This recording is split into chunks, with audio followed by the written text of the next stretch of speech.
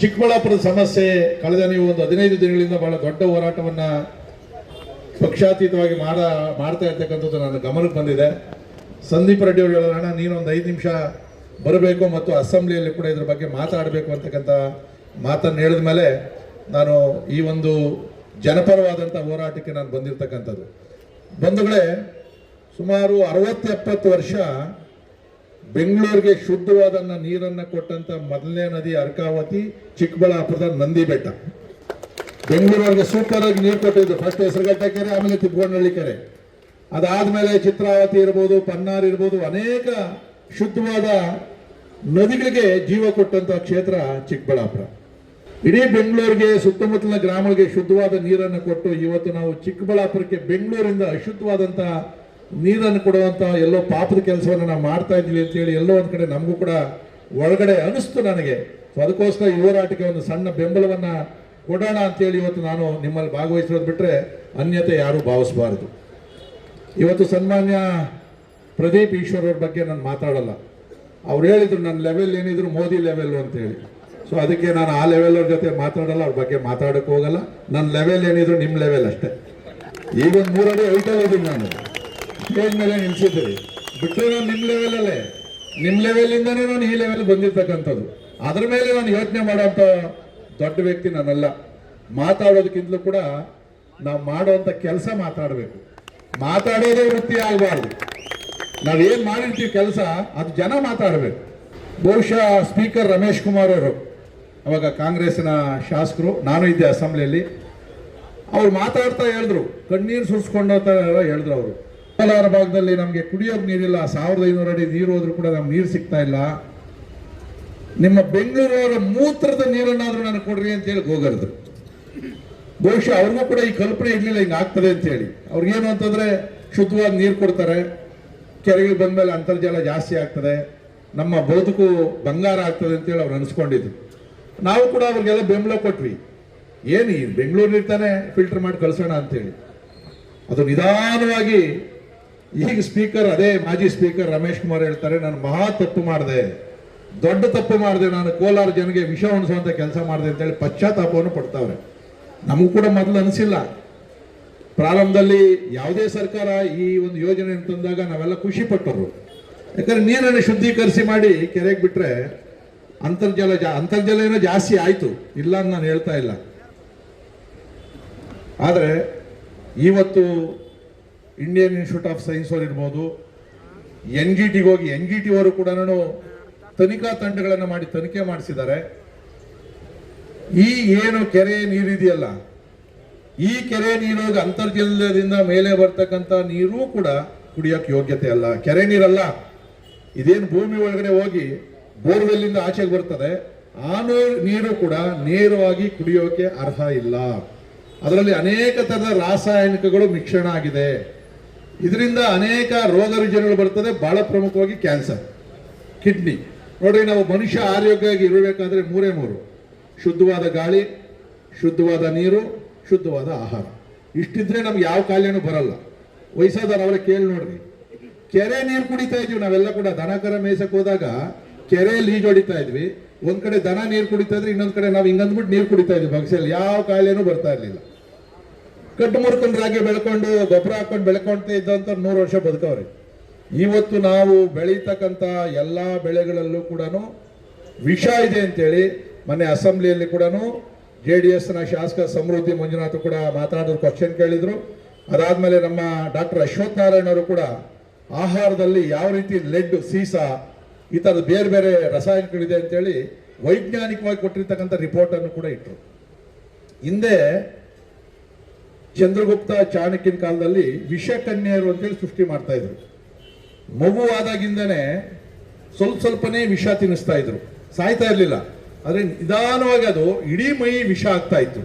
ಆ ವಿಷಕನ್ಯರನ್ನ ಇನ್ನೊಬ್ಬ ರಾಜನ ಹತ್ರ ಕಳಿಸ್ತಾ ಇದ್ರು, ಯಾಕಂದ್ರೆ ರಾಜನನ್ನ ಹತ್ಯೆ ಮಾಡೋದಕ್ಕೆ. ನಾವು ಆ ಒಂದು ಸ್ಟೋರಿ ಕೇಳಿದ್ವಿ.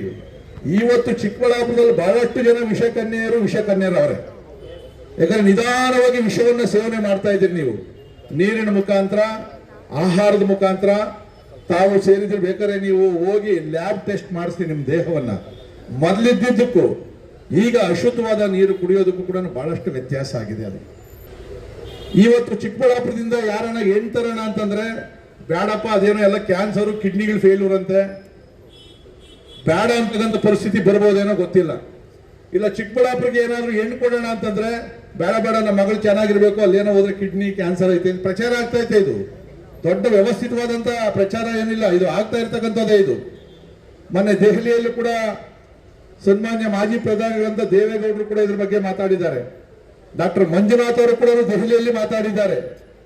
ಬಹುಶಃ ನಮ್ಮ ಲೋಕಸಭಾ ಸದಸ್ಯರು ಮಾತಾಡ್ಬೋದು, ನಡೀತಾ ಇದೆ ಅಸೆಂಬ್ಲಿಯಲ್ಲಿ. ಇದರಲ್ಲಿ ಯಾವುದೇ ಪಕ್ಷ ಬಿಜೆಪಿ ಅವ್ರು ಮಾತ್ರ ವಿಷಯ ನೀರು ಕುಡಿತಾ ಇದ್ದೀವಾ, JDS ಅವ್ರು ಮಾತ್ರ ಇದೆಯಾ, ಕಾಂಗ್ರೆಸ್ ಅವ್ರು ಇದೆಯೋ? ಗೆಲ್ಲವರೆಗೂ ಪಕ್ಷ ನಾನು, ಗೆದ್ದ ಮೇಲೆ ಎಲ್ಲ ಜನ ನಮ್ಮವರೇನೆ. ಅವರ ಹಿತಾಸಕ್ತಿ ನೋಡ್ತಕ್ಕಂಥದ್ದು ನನ್ನ ಜವಾಬ್ದಾರಿ. ನಾಳೆ ನಾವು ಒಳ್ಳೆ ಕೆಲಸ ಮಾಡಿದ್ವಿ ಅಂದ್ರೆ ನೀನು ಮನೆ ಬಾಗಿಲು ಹೋಗೋದೇ ಬೇಡ, ಅವರೇ ನಿನ್ನ ಹೆಗಲ ಮೇಲೆ ಎತ್ಕೊಂಡು ಕಳಿಸ್ಬಿಡ್ತಾರೆ ಅದ್ರ ಕಡೆಗೆ. ಇವತ್ತು ಯಾವುದೇ ಪಕ್ಷ ನೋಡೋದು ಬೇಡ. ನಾನು ಮೊನ್ನೆ ಇದರಲ್ಲಿ 3, ಒಂದು ಕೋರಮಂಗಲ, ಚಲ್ಲಘಟ್ಟ, KC ವ್ಯಾಲಿ, ಚಿಕ್ಕಬಳ್ಳಾಪುರ ಕೊಟ್ಟೋಗೈತೆ, ನಿಮಗೂ ಬಂದಿರ್ತಕ್ಕಂಥದ್ದೇ.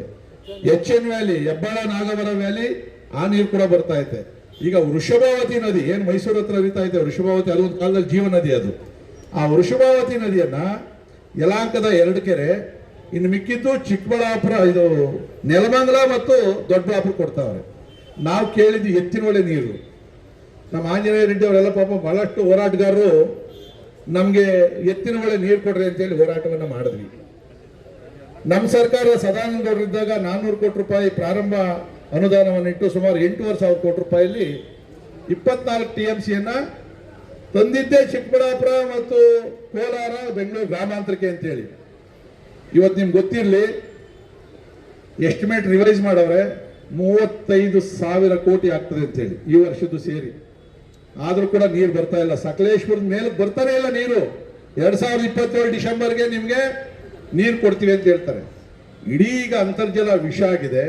ನೀವು ಅದೇ ಎತ್ತಿನ ಹೊಳೆ ನೀರನ್ನು ತಗೊಂಬಂದು ಕೆರೆಗಳು ತುಂಬಿಸಿದ್ರು ಕೂಡ ಭೂಮಿ ಒಳಗಡೆ ಇರ್ತಕ್ಕಂಥ ನೀರು 60-70 ವರ್ಷ ಡೈಲ್ಯೂಟ್ ಆಗಲ್ಲ, ಒಳಗಡೆನೆ ಇರ್ತದೆ. ಇವತ್ತು ಏನು ಕೆರೆಗೆ ನೀರು ಬರ್ತಾ ಇದೆ, ಅದ್ರಾಗೆ ಒಂದಷ್ಟು ಜನ ಫ್ಯಾಕ್ಟ್ರಿಯವರು ರಾಸಾಯನಿಕಗಳನ್ನ ಸುರಿತಾವ್ರೆ, ಕೊಚ್ಚ ನೀರು ಹರಿತಾ ಇದೆ ಇದರಲ್ಲಿ. ನಾನು ಮೊನ್ನೆ BWC ಅಧಿಕಾರಿಗಳನ್ನು ಕರೆಸಿದ್ದೆ, ಟರ್ಷರಿ ಟ್ರೀಟ್ಮೆಂಟ್ ಮಾಡೋಕ್ಕೆ ಸಮಸ್ಯೆ ಏನು ನಿಮಗೆ ಅಂತ ಹೇಳಿ. ಅವ್ರು ಹೇಳಿದ ಮಾತು ಕೇಳಿ ನಗಬೇಕು ಅಳ್ಬೇಕು ಗೊತ್ತಾಗ್ಲಿಲ್ಲ. ಟರ್ಷರಿ ಅಂತಂದ್ರೆ ಬಿಸ್ಲೇರಿ ವಾಟರ್ ತರ ಆಗ್ತದೆ, ಶುದ್ಧ. ಈಗ ಸಿಂಗಾಪುರಲ್ಲೆಲ್ಲ ಕೂಡ ಕುಡಿಯೋ ನೀರಿಗೆ ಅವರು ಶುದ್ಧೀಕರಿಸಿ ನೀರನ್ನೇ ಕುಡಿಯೋದು. ನೀವೇನೋ ಸಿಂಗಾಪುರ್ಗೆ ಹೋದ್ರೆ ಇನ್ನು ಬಿಸ್ಲೇರಿ ವಾಟ್ಲಲ್ಲ, ಟಾಯ್ಲೆಟ್ ನೀರನ್ನೇ ಕ್ಲೀನ್ ಮಾಡೇ ನಮ್ಗೆ ಕೊಡ್ತಾರೆ ಅಲ್ಲಿ, ಅದನ್ನೇ ಕುಡಿಯೋದು ನಾವು. ನಮ್ಮ ಭಾರತದಲ್ಲಿ ಅದನ್ನ ಅಸಹ್ಯ ಪಡ್ತೀವಿ. ಅವನು ಹೇಳ್ತಾನೆ, ಸರ್ 3ನೇದು ಮಾಡೋದಕ್ಕೆ ಏನು ಸಮಸ್ಯೆ ಇಲ್ಲ, ಒಂದು TMCಗೆ 190 ಕೋಟಿ ರೂಪಾಯಿ ಎಕ್ಸ್ಟ್ರಾ ಆಗ್ತದೆ, ಆದರೆ ಆ ಶುದ್ಧೀಕರಣ ನೀರು ಮಾಡಿ ಕೆರೆಗೆ ಬಿಟ್ಬಿಟ್ರೆ ಆ ಮೀನುಗಳು ತಿನ್ನಕ್ಕೆ ಅದರಲ್ಲಿ ಕಣಗಳಿರಲ್ಲಂತೆ. ನಾನು ಹೇಳ್ದೆ, ರೇ ಕೆರೆಗೆ ಬರೀ ನಿಂದೇನು ಫಿಲ್ಟರ್ ವಾಟರ್ ಬಿಡ್ತೀಯ, ಮಳೆ ನೀರು ಬರಲ್ವಾ? ಮಳೆ ನೀರು ಅರ್ಧ ಬರ್ತದಲ್ವಾ? ಮಳೆ ನೀರು, ಬಿಸ್ಲೇರಿ ವಾಟರ್ ಎಲ್ಲ ಸೇರ್ಕೊಂಡ್ರೆ ಮೀನುಗಳಿರ್ತವೆ. ಫಸ್ಟ್ ನಮ್ಮನ್ನು ಬದುಕಿಸೋದು ನೋಡ್ರಿ ಅಂದ್ರೆ ಏನು ಮೀನು ಓದ್ತಾ ಇದೆಯಾ ನೀನು ಅಂತ ಹೇಳಿದೆ ನಾನು. ಅಂದ್ರೆ ಈ ತರ ಒಂಥರ ಹಾಸ್ಯಾಸ್ಪದವಾದ ಮಾತನ್ನು ಹೇಳ್ತಾ ಇದ್ದಾರೆ.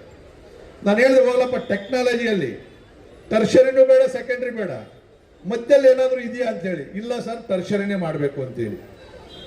ಇವತ್ತು ನಾವು ಏನು ಅನ್ಕೊಂಡಿದ್ವಿ, ಶುದ್ಧ ಕುಡಿಯೋ ನೀರು ಕೊಡ್ತಾರೆ ಅಂತ ಹೇಳಿ. ಆಮೇಲೆ ಇನ್ನೊಂದು ಮಾತು ಹೇಳ್ದೆ, ನನ್ನ ಹೆಸರು ಹೇಳ್ಬೇಡಿ ಸರ್, ಟ್ರೀಟೆಡ್ ವಾಟರ್ ಏನಿರ್ತದೆ ಅಲ್ಲಿ ತೋರಿಸ್ತಾರೆ, ಒಂದು ಲ್ಯಾಬ್ ಐತೆ ಅಲ್ಲಿ. ಈಗ ನೀವು ನೀರು ತೋರಿಸಲ್ಲ, ಹಿಂಗಿಲ್ಲ, ಅದು ಬಿಸ್ಲೇರಿ ವಾಟರ್ ತರನೇ ತೋರಿಸ್ತಾರೆ. ಯಾಕಂದ್ರೆ ಅಲ್ಲಿ ಫಿಲ್ಟರ್ ಮಾಡಿದ್ದು ಪ್ರತಿದಿನ ಲ್ಯಾಬ್ ಕಳಿಸ್ತಾರೆ. ರಾತ್ರಿ ಹೊತ್ತು ಏನಾಗ್ತದೆ ಅಂದ್ರೆ ಹೆಚ್ಚುವರಿ ನೀರು ಪಂಪ್ ಆಗ್ತದಲ್ಲ, ಅದು ಶುದ್ಧೀಕರಣ ಮಾಡಲ್ಲ, ಡೈರೆಕ್ಟ್ ಹಂಗೆ ಪಂಪ್ ಹೊಡಿತಾರೆ. ಅವನು ಹೇಳಿದ ಅಧಿಕಾರಿನೇ, ಸರ್ ನೈಟ್ ಹೊಡೆದು ಬಿಡ್ತಾರೆ ಸರ್ ಅಂತ ಹೇಳಿ.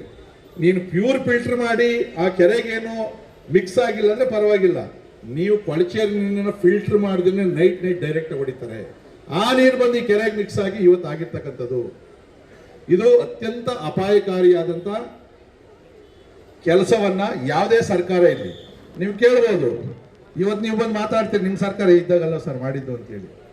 ಸನ್ಮಾನ್ಯ ಬೊಮ್ಮಾಯಿ ಅವರಿದ್ದಾಗ ಕೂಡ ಬಡ್ಜೆಟ್ ಅಲ್ಲಿ ನಾವು ಈ ಶುದ್ಧೀಕರಣ ಮಾಡೋದಕ್ಕೆ ಟರ್ಷರಿಯಲ್ಲಿ ನಾವು ಮಾಡ್ತೀವಿ ಅಂತಕ್ಕಂಥ ಬಡ್ಜೆಟ್ ಅಲ್ಲಿ ಕೂಡ ಅನೌನ್ಸ್ ಮಾಡಿದ್ವಿ. ಅದಾದ್ಮೇಲೆ ಸರ್ಕಾರ ಬೇರೆ ಬಂತು. ಇದು ಯಾವ ಸರ್ಕಾರ ಅಂತಲ್ಲ, ಮುಂದಕ್ಕೆ ನಮ್ಮ ಸರ್ಕಾರ ಬರ್ಬೋದು. ಇವತ್ತು ನಾವು ಏನು ಭರವಸೆ ಕೊಡ್ತೀವಿ, ನಾಳೆ ಪ್ರಶ್ನೆ ಕೇಳ್ತೀರಿ ನೀವು. ಏನ್ ಸರ್ ಅವ್ರು ಬಂದು ನಿಂತ್ಕೊಂಡು ಮಾತಾಡ್ರಿ, ನೀವು ಬಂದ್ರಲ್ಲ ಏನ್ ಮಾಡಿದ್ರಿ ಅಂತೇಳಿ. ಇದು ಸರ್ಕಾರದ ಪ್ರಶ್ನೆ ಅಲ್ಲ, ನಮ್ಮ ಅಳಿವು ಉಳಿವಿನ ಪ್ರಶ್ನೆ ಇದು. ನಾಳೆ ಚಿಕ್ಕಬಳ್ಳಾಪುರಕ್ಕೆ ಬಂದಿದ್ದು ದೊಡ್ಡಬಳ್ಳಾಪುರಕ್ಕೂ ಬರ್ತದೆ, ದೊಡ್ಡಬಳ್ಳಾಪುರ ಬಂದಿದ್ದು ಯಲಹಂಕ ಬರ್ತದೆ, ಯಲಹಂಕಕ್ಕೆ ಬಂದಿದ್ದು ವಾಪಸ್ ಮತ್ತೆ ಬೆಂಗಳೂರಿಗೂ ಬರ್ತದೆ. ಅಂತರ್ಜಲ ಇಲ್ಲೇ ಇರಲ್ಲ, ನದಿ ತರ ಒಳಗಡೆ ಹರಿತಾ ಇರ್ತದೆ. ಇಲ್ಲರ್ದಿದ್ದು ವರ್ಷದೊಳಗಡೆ 10 ಕಿಲೋಮೀಟರ್ ಮುಂದಕ್ಕೆ ಹೋಗಿರ್ತದೆ ನೀರು. ಬಹಳ ಬೇಗ ಚಿಕ್ಕಬಳ್ಳಾಪುರ ನೀರು ಮತ್ತೆ ಬೆಂಗಳೂರು ಬೋರ್ವೆಲ್ಗೆ ಬರ್ತದೆ. ಅದು ಇವತ್ತು ಏನು ನೀವು ಹೋರಾಟವನ್ನು ಮಾಡ್ತಾ ಇದ್ದೀರಿ, ಇದು ಅತ್ಯಂತ ಶ್ರೇಷ್ಠವಾದ ಕೆಲಸವನ್ನು ಮಾಡ್ತಾ ಇದ್ದೀರಿ. ಈ ಹೋರಾಟಕ್ಕೆ ನಾವು ಎಲ್ಲರೂ ಬರಬೇಕು. ಪ್ರದೀಪ್ ಈಶ್ವರ್ ಅವರು ಕೂಡ ಬರಬೇಕು. ಅವ್ರಿಗೇನು ಒತ್ತಡನೋ ಏನು ಕಥೆನೋ ಇಲ್ಲ, ಅವ್ರ ಹೈಕಮಾಂಡಲ್ಲಿ ಇದ್ದಿದ್ದೆಲ್ಲ ಮಾಡಬೇಡ ಸೂಚನೆ ಕೊಟ್ಟವರು ಗೊತ್ತಿಲ್ಲ. ಬಟ್ ಅವರು ಬಹಳ ನಿರ್ಭೀತಿಯಾಗಿ ಮಾತಾಡ್ತಾರೆ. ಬಹುಶಃ ನಾನು ಅಸೆಂಬ್ಲಿ ನಾಳೆಯಿಂದ ಮತ್ತೆ ಶುರುವಾಗ್ತದೆ, ನಾಳೆ ಅಸೆಂಬ್ಲಿಯಲ್ಲಿ ಅವ್ರು ಗುಡುಗಬಹುದು ಅಂತ ಅನ್ಕೊಂಡಿದ್ದೀನಿ. ನಾನು ನಿಮ್ಮ ಪರವಾಗಿ ಗುಡುಗಿ ಟರ್ಷರಿ ಕ್ಲೀನಿಂಗ್ ಅನ್ನ ಮಾಡ್ತೀವಿ ಅಂತ ಹೇಳಿದ್ಮೇಲೆ ಅವರನ್ನ ಸಂದೀಪ್ ರೆಡ್ಡಿ ಹೆಗಲ ಮೇಲೇನೆ ಕುಂಡಿಸಿ ಅವ್ರ ಮೆರವಣಿಗೆ ನಾನು ಬರ್ತೀನಪ್ಪ, ಸ್ವಲ್ಪ ನೀನು ಬರಬೇಕು, ಸ್ವಲ್ಪ ತೂಕ ಅವ್ರೆ ಅವರು. ಇದು ಅವ್ರು ಕೊಡ್ತಕ್ಕಂಥ ಗೌರವ. ನಾವೇನು ಅವರನ್ನ ಇದು ಮಾಡ್ತಾ ಇಲ್ಲ. ಯಾಕಂದ್ರೆ ಒಬ್ಬ ಶಾಸಕ ಇದೊಂದು ಸಾಲ್ವ್ ಮಾಡಿದ್ರೆ ಅವನ ಕೀರ್ತಿ ಎಲ್ಗೋ ಹೋಗ್ತದೆ. ಜನ ಇನ್ನೇನು ಬಿಡಿ, ರೋಡು ಲೈಟು ಪೈಟು ಅವೆಲ್ಲ ಸೆಕೆಂಡ್ರಿ ನಮಗೆಲ್ಲ ಕೂಡ. ನೋಡಿ ಇವತ್ತು ನಾನು ಕೂಡ ಬಂದಿರ್ತಕ್ಕಂಥದ್ದು, ನಾಳೆ ಚಿಕ್ಕಬಳ್ಳಾಪುರಕ್ಕೆ ಬಂದಿದ್ದು, ನಾನು ಯಲಹಂಕಕ್ಕೆ ಬಂದಾಗ ನಿಮ್ಮ ಬೆಂಬಲನೂ ಬೇಕಲ್ಲ ನನಗೆ. ನಾನು ಇಲ್ಲಿ ಬೆಂಬಲ ಕೊಟ್ಟಿರ್ತಾನೆ, ನೀವು ನನಗೆ ಅಲ್ಲಿವರೆಗೂ ಬರ್ತಕ್ಕಂಥದ್ದು. ಸೊ ಆ ದೃಷ್ಟಿಯಿಂದ ಬಂದಿದ್ದೀನಿ. ಮತ್ತು ಇದು ನಮ್ಮ ತಾಯಿಯವರು ತವರೂರು, ಅನೇಕ ಜನ ಸ್ನೇಹಿತರು ಬಂಧುಗಳು ಇರ್ತಕ್ಕಂಥ ಊರು ನನಗೆ. ನಮ್ಮ ಕಣ್ಣು ಮುಂದೆನೆ ನಾವು ಅವ್ರ ಮನೆಗಳಿಗೆ ಹೋದಾಗ ಅದೇ ನೀರು ಕುಡಿದು ನಮಗೂ ಕಾಯಿಲೆ ಬಂದು ಅವ್ರ ಕಾಯಿಲೆ ಬಂದಾಗ ನೋಡೋಕೆ ನಮ್ಮ ಕೈಲೂ ಆಗೋದಿಲ್ಲ. ಇವತ್ತು ನಾನು ಸೋಮವಾರ ಇಲ್ಲ ಮಂಗಳವಾರ ಬಜೆಟ್ ಬಗ್ಗೆ ಮಾತಾಡ್ತೀನಿ, ಬೆಂಗಳೂರು ಬಗ್ಗೆ. ಇವತ್ತು ಕೃಷ್ಣಾ ನದಿ ನೀರು ನಮ್ಮ ಬಾರ್ಡರ್ ಬಂದ್ಬಿಟ್ಟೈತೆ. ಮತ್ತು ಇವತ್ತು ಗೋದಾವರಿದೇನು ದೊಡ್ಡ ಒಂದು ನೀರಾವರಿ ಯೋಜನೆ ಆಂಧ್ರ ಸರ್ಕಾರ ಮಾಡ್ತಾ ಇದೆ, ಅದು ಕೂಡ ನಮ್ಮ ಬಾರ್ಡರ್ ಬರ್ತದೆ. ಆ ನದಿ ನೀರನ್ನು ಕೂಡ ಮುಂದೆ ತರುವಂಥ ಪ್ರಯತ್ನವನ್ನು ಯಾವುದೇ ಸರ್ಕಾರ ಇದ್ರು ಮಾಡಬೇಕು. ಮತ್ತು ಆ ಮುಖ್ಯಮಂತ್ರಿಗಳ ಜೊತೆಲಿ ಮಾತಾಡಬೇಕು. ಕುಡಿಯೋ ನೀರಿಗೆ ಅಂತಂದ್ರೆ ಯಾವ ಸರ್ಕಾರನೂ ಯಾವ ರಾಜ್ಯನೂ ಇನ್ನು ಮುಂದೆ ನೋಡೋದಿಲ್ಲ. ಇವತ್ತು ನಾವು ಕೇಳ್ತಾ ಇರ್ತಕ್ಕಂಥದ್ದು ವ್ಯವಸಾಯಕ್ಕಲ್ಲ, ಕುಡಿಯೋ ನೀರು. ಆ ಕುಡಿಯೋ ನೀರು ಅಶುದ್ಧ ಆಯಿತು ಅಂತಂದ್ರೆ ನೀರಿಂದನೇ ಕಾಯಿಲೆ ಬರ್ತಕ್ಕಂಥದ್ದು. ನೀವು ಎಷ್ಟೋ ಜನ ಚೆಕ್ ಮಾಡಿಸ್ಕೊಳ್ರಿ ಹೋಗಿ ಒಂದ್ಸರಿ ಆಸ್ಪತ್ರೆಗಳಿಗೆ. ನೀವು ಅನ್ಕೊಂತೀರಿ ನಾನು ಶುಗರ್ ಇಲ್ಲ, BP ಇಲ್ಲ, ಕಾಯಿಲೆ ಅಂತೇಳಿ. ಕ್ಯಾನ್ಸರ್ ಬರೋದೇ ಗೊತ್ತಾಗ್ತಾ ಇಲ್ಲ. ಇವಾಗ 4ನೇ ಹಂತದ ಕ್ಯಾನ್ಸರ್ಗೆ ಹೋಗ್ತಾ ಐತೆ. ಇಲ್ಲಿ ಜಾಸ್ತಿ ಆಗ್ತದೆ ಅದು. ಮತ್ತೆ ನೀವು ಇವತ್ತು ಏನು ಚಿಕ್ಕಬಳ್ಳಾಪುರದಲ್ಲಿ ದ್ರಾಕ್ಷಿ, ಮಾವು, ತರಕಾರಿ ಬೆಳೀತಾ ಇದ್ದೀರಿ, ಚಿಕ್ಕಬಳ್ಳಾಪುರ ಕಡೆಯಿಂದ ತರಕಾರಿ ಬರ್ತದೆ ಅಂದರೆ ಮುಂದಿನ ದಿನ ಜನ ಯಾರು ತಗೊಳ್ಳೋದೇ ಇಲ್ಲ. ಕೋಲಾರದಿಂದ ಟೊಮೊಟೊ ಬಂದರೆ ಭಾಳ ಟೇಸ್ಟು ಅಂತ ತಗೊತಾ ಇದ್ವಿ. ಈ ಕೋಲಾರ ಟೊಮಾಟೊ ಅಂತಂದರೆ ಹಿಂಜರಿತಾರೆ. ಯಾಕೆಂತಂದರೆ ಅದು ಕೊಳಚೆ ನೀರಿನಲ್ಲಿ ಬೆಳೆದಂಥದ್ದು, ಅದರಲ್ಲಿ ರಾಸಾಯನಿಕಗಳು ಜಾಸ್ತಿ ಇದೆ, ತಿಂದರೆ ಕಾಯಿಲೆ ಬರ್ತದೆ ಅಂತೇಳಿ ಒಂದ್ಸರಿ ಜನಗಳ ಗಮನಕ್ಕೆ ಹೋದರೆ ತಗೊಳೋದಿಲ್ಲ. ನಿಮಗೆ ನಷ್ಟ ಆಗ್ತಕ್ಕಂಥದ್ದು, ಆರೋಗ್ಯ ಕೂಡ ನಿಮ್ಗೆ ಹಾಳಾಗ್ತದೆ. ಎಕನಾಮಿಕಲಿ ಆರ್ಥಿಕವಾಗಿ ನಿಮಗೆ ದೊಡ್ಡ ಹೊಡೆತ ಬೀಳ್ತದೆ. ಇವತ್ತು ಆಪಲ್ ಕಂಪ್ನಿಗೆ ಬೆಂಗಳೂರಿಂದ ನೀರು ಕೊಡ್ತಾ ಇದ್ದೀವಿ ದೇವನಹಳ್ಳಿಗೆ. ಅಷ್ಟು ನಿಮಗೆ ಇತ್ತು ಅಂತಂದ್ರೆ ಈ ಕಾವೇರಿ 6ನೇ ಅಂತ ಮೇಕೆದಾಟು ಮಾಡಬೇಕು ಅನ್ಕೊಂಡಿದ್ದೀವಿ. ಒಂದು ಪೈಪ್ಲೈನ್ ತೆಗೆದು ಚಿಕ್ಕಬಳ್ಳಾಪುರಕ್ಕೆ ಬಿಡೋದಕ್ಕೆ ನಮ್ದೇನು ಅಭ್ಯಂತರ ಇಲ್ಲ. ಬೆಂಗಳೂರಿಗೆ ಹಾಕಿ ಉಳಿದಿರೋ ನೀರನ್ನ ಇಲ್ಲಿ ಕೊಡೋದಕ್ಕೆ ನಮ್ಗೇನು ಅಭ್ಯಂತರ ಇಲ್ಲ. ಮೇಕೆದಾಟು ತಂದು ಕೊಡೋದಕ್ಕೆ ನಮ್ದು ಒತ್ತಾಯ ಇದ್ದೇ ಐತೆ. ಅದ್ರದ್ದು ಫಸ್ಟ್ ನಮಗೆ ಯಲಹಂಕಕ್ಕೆ ಬೇಡ, ಯಲಹಂಕಕ್ಕೂ ಹೆಸರುಕಟ್ಟೆ ಕೆರೆಗೂ 5.5 TMC ನೀರು ಅಲೋಕೇಶನ್ ಕೊಟ್ಟವ್ರೆ.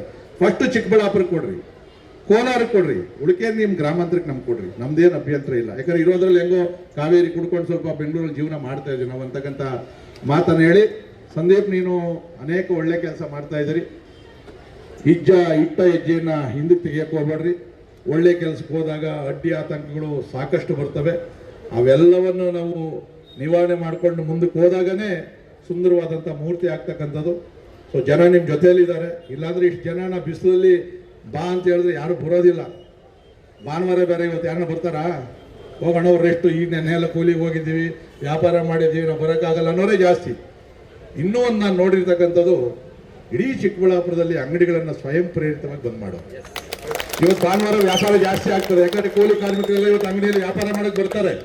ನಮ್ಗೆ ವ್ಯಾಪಾರ ನಷ್ಟ ಆದ್ರೂ ಚಿಂತೆ ಇಲ್ಲ, ಮುಂದಕ್ಕೆ ನಮಗೆ ತೊಂದರೆ ಆಗಬಾರ್ದು ಅಂತೇಳಿ ಇವತ್ತು ಸ್ವಯಂ ಪ್ರೇರಿತವಾಗಿ ನೀವು ಕರೆ ಕೊಟ್ಟಿರೋದು ಮಾಡಿರ್ಬೇಕಾದ್ರೆ ನಿಜಕ್ಕೂ ಕೂಡ ಇರ್ತಕ್ಕಂಥ ಜನಪ್ರಿಯತೆ ಸಾಕ್ಷಿ ಅಂತಕ್ಕಂಥ ಮಾತನ್ನ ಹೇಳಿ ಇವತ್ತು ನಂದು ಕಾರ್ಯಕ್ರಮ ನಡೀತಾ ಇತ್ತು. ಯಲಹಂಕದಲ್ಲಿ ಮುಗಿದ ತಕ್ಷಣ ಹೋಗ್ತೀನಿ ನಾನಲ್ಲಿ. ಆದರೆ ಸಂದೀಪ್ ರೆಡ್ಡಿ ಅವರು ಯಾವುದೇ ವಿಚಾರಕ್ಕಾಗಲಿ ಮತ್ತು ಚಿಕ್ಕಬಳ್ಳಾಪುರದ ಹಿತಾಸಕ್ತಿಗೆ ಪ್ರದೀಪ್ ಈಶ್ವರ್ ಕರೆದ್ರು ನಾನು ಹೋಗ್ತೀನಿ. ಪಕ್ಷದ ಚಿಹ್ನೆ ಇರಬಾರ್ದು ಅಷ್ಟೇ. ಪಕ್ಷದ ಚಿಹ್ನೆ ಇಲ್ಲ ಅಂದರೆ ಅವರು ಕೂಡ ಈ ಹೋರಾಟಕ್ಕೆ ಕರೆದಾಗ ನಾನು ಖಂಡಿತವಾಗೂ ಬರ್ತೀನಿ. JDS ಅವ್ರು ಕರೆದ್ರು ಬರ್ತೀನಿ. ನನಗೆ ಆಗದೇ ಇರೋ ಕರೆದ್ರೂ ಬರ್ತೀನಿ. ರಾಜಕಾರಣ ಮಾಡಬೇಕಾಗಿರೋದು ಎಲೆಕ್ಷನ್ ಟೈಮಲ್ಲಿ. ಈಗ ನಾವು ಯಾವ ರಾಜಕಾರಣವನ್ನ ಮಾತಾಡೋದು ಬೇಡ, ನಾವು ಯಾವುದೇ ಕೂಡ ಇದು ಬೇಡ, ಯಾಕಂದ್ರೆ ಎಲ್ಲರಿಗೂ ಸಮಸ್ಯೆ ಆಗ್ತದೆ. ಆ ದೃಷ್ಟಿಯಿಂದ ನಿಮ್ಮ ಹೋರಾಟ ಇದು ಪ್ರಾರಂಭ. ಏನು ಇಷ್ಟಕ್ಕೇನೆ ಸರ್ಕಾರ ಗಡಗಡ ಅಂದ್ಬಿಡ್ತದೆ ಅಂತ ಏನಿಲ್ಲ. ನೀವೇನ ಜಾಸ್ತಿ ಮಾತಾಡಿದ್ರೆ ನಿಮ್ಮ ನೆಟ್ಟು ಬೋಲ್ಟು ಟೈಟ್ ಮಾಡ್ತೀನಿ ಅಂತಾರೆ ಒಬ್ರು, ಏನು ಮಾಡ್ತೀರಾ ಮಾಡ್ಕೊಳ್ರಿ ಅಂತಾರೆ ಇನ್ನೊಬ್ರು. ಈ ನೆಟ್ಟು ಬೋಲ್ಟ್ ಸಡ್ಲ ಮಾಡಬೇಕಾಗಿರೋದು ನಾವೇನೆ. ಜನಗಳ ಈ ಹೋರಾಟದ ಮುಂದೆ ಯಾವ ಸರ್ಕಾರ ಆಗಲಿ ಏನು ಮಾಡೋಕ್ಕಾಗಲ್ಲ. ಬಾಂಗ್ಲಾದೇಶದಲ್ಲಿ ಇಡೀ ಸರ್ಕಾರನೇ ಉಳಿಸಾಕಿದ್ರು ಜನ, ನೇಪಾಳದಲ್ಲಿ ಇಡೀ ಸರ್ಕಾರವನ್ನೇ ತಳ್ಳಾಕಿದ್ರು. ಜನ ಒಂದಾಯ್ತು ಅಂದ್ರೆ ಯಾರನ್ನೂ ನೋಡೋದಿಲ್ಲ ಅದರಲ್ಲಿ. ಯಾಕಂದ್ರೆ ನಾನು ಬದುಕಬೇಕಲ್ಲ ರೀ, ನಾನು ಬದುಕಬೇಕು ಅಂದ್ರೆ ಪಕ್ಕದವನು ನೋಡಲ್ಲ ಯಾರನ್ನು. ಉದಾಹರಣೆಗೆ ಈಗ ಬೆಂಕಿ ಎತ್ಕೊಂತು ಮನೆಯಲ್ಲಿ ಅನ್ಕೊಂಡ್ರಿ, ಎಲ್ಲೋ ಒಂದು ಹೋಟ್ಲಲ್ಲಿ ಕುಂತಿರ್ತೀವಿ, ಫಸ್ಟ್ ನಾನು ಆಚೆ ಕಡೆ ಹೋಗ್ಬೇಕು ಅಂತ ಹೇಳ್ತೀವಿ, ಇನ್ನೊಬ್ರು ಕರ್ಕೊಂಬರ್ಬೇಕು ಅನ್ನೋದು ಆಮೇಲೆ. ಆಚೆಗೆ ಬಂದು ನೀರು ಕರಿಯೋದು ಮಾಡ್ತೀವಿ. ಇವತ್ತು ನಾನು ಚಿಕ್ಕಬಳ್ಳಾಪುರ ಉಳಿಬೇಕು ಅಂದ್ರೆ ಯಾವ ಪಕ್ಷನೂ ಯಾರು ನೋಡೋಕ್ಕೆ ಹೋಗೋದಿಲ್ಲ. ಯಾರು ನಮ್ಮ ಪರವಾಗಿ ನಿಂತ್ಕೊಂಡವರೋ ಅವ್ರ ಪರವಾಗಿ ಜನ ನಿಂತ್ಕೊಂಡು ಹೋರಾಟ ಮಾಡ್ತಾರೆ. ಯಾರೇ ಆದರೂ ಕೂಡ ನಿಮ್ಮ ಒಗ್ಗಟ್ಟಲ್ಲಿ ಬೇರೆ ಬೇರೆ ಬಿಡಿ ಬಿಡಿ ಬಿಡಿಯಾಗಿ ಹೋರಾಟ ಮಾಡೋದು ಬೇಡ. ಇವತ್ತು ಇನ್ಯಾರ್ಯಾರು ಬಂದಿಲ್ಲೋ ಅವ್ರನ್ನೂ ಮತ್ತೆ ಮಾತಾಡಿಸಿ ಮುಂದೆ ಇನ್ನೂ ದೊಡ್ಡ ಹೋರಾಟವನ್ನು ಮಾಡತಕ್ಕಂಥದ್ದು. ಸಿಂಪಲ್ ಹೇಳ್ತೀನಿ ಸಂದೀಪ್, ಕೊನೆಯದಾಗಿ ಏನಿಲ್ಲ, ಎಲ್ಲಿ ಪೈಪ್ ಲೈನ್ ಇರ್ತಲ್ಲ ಎರಡೆರಡು ಪೈಪ್ ಕಳಿಸ್ಬಿಟ್ರೆ ಆಯ್ತು. ಸಿಂಪಲ್ ಆಗಿ ಎಲ್ಲಿ ಪೈಪ್ ಐತಲ್ಲ ಇಟೆ ಹೆಚ್ಚಲ್ಲಿ ಎರಡೆತ್ತು ಪಕ್ಕ ಇಟ್ಬಿಟ್ರೆ ಮುಗಿದೋಯ್ತು. ಅದು ಕೊನೆಯದಾಗಿ ಸರ್ಕಾರ ಮಾಡಲಿಲ್ಲ ಅಂತಂದ್ರೆ ನಮ್ಮ ಕೆನೆ ಅಸ್ತ್ರ ಬ್ರಹ್ಮಾಸ್ತ್ರ ಅದೇನೆ. 4 ಕಡೆ ಹೇಳ್ಬಿಟ್ರೆ ನಮ್ಮ ಹಳ್ಳಿಯವ್ರಿಗೆ ಹೇಳ್ಬೇಕಾ ಪದಾರ್ಥ ಅಂತೇಳಿ ರಾತ್ರಿ ತೆಗೆದು 4 ಪೈಪ್ ಪಕ್ಕ ಇಡ್ತಾರೆ ಒಳಗಡೆ ಇರುವಂತ. ತಿರ್ಗಿ ಅದನ್ನ ಜೋಡಿಸ್ಬೇಕಾದ್ರೆ ಬಹಳ ಕಷ್ಟ ಐತೆ ಅದ್ರ ಕಡೆಗೆ. ಬಹಿರಂಗವಾಗಿ ಹೇಳ್ಬಿಟ್ಟಿದ್ದೀನಿ, ಅದನ್ನೇನು ಹಾಕಕ್ಕೆ ಹೋಗ್ಬಿಟ್ರಪ್ಪ. ನೀವು ಯಾರು ನಾನು ಹೇಳಲಿಲ್ಲ, ನೀವು ಕೇಳಿಸ್ಕೊಂಡಿಲ್ಲ. ನಿಮ್ಗೆಲ್ಲರಿಗೂ ಒಳ್ಳೇದಾಗ್ಲಿ. ನಿಮ್ಗೆಲ್ಲರಿಗೂ ಯುಗಾದಿ ಹಬ್ಬದ ಶುಭಾಶಯ. ಯುಗಾದಿಯಲ್ಲಾದರೂ ಶುದ್ಧವಾದ ನೀರು ಬೇರೆ ಕಡೆ ಕಾಯಿಸಿ ಎಣ್ಣೆ ಹಚ್ಕೊಂಡು ಸ್ನಾನ ಮಾಡಿ ಆ ಯುಗಾದಿಯನ್ನು ಮಾಡಲಿ. ಬಹುಶಃ ಯುಗಾದಿ ಆದಮೇಲೆ ಆದರೂ ಚಿಕ್ಕಬಳ್ಳಾಪುರಕ್ಕೆ ಒಳ್ಳೇದಾಗಲಿ ಅಂತಕ್ಕಂಥ ಮಾತನ್ನು ಹೇಳಿ ನನ್ನ ಮಾತುಗಳಿಗೆ ವಿರಾಮ ಕೊಡ್ತೀನಿ. ಜೈ ಹಿಂದ್.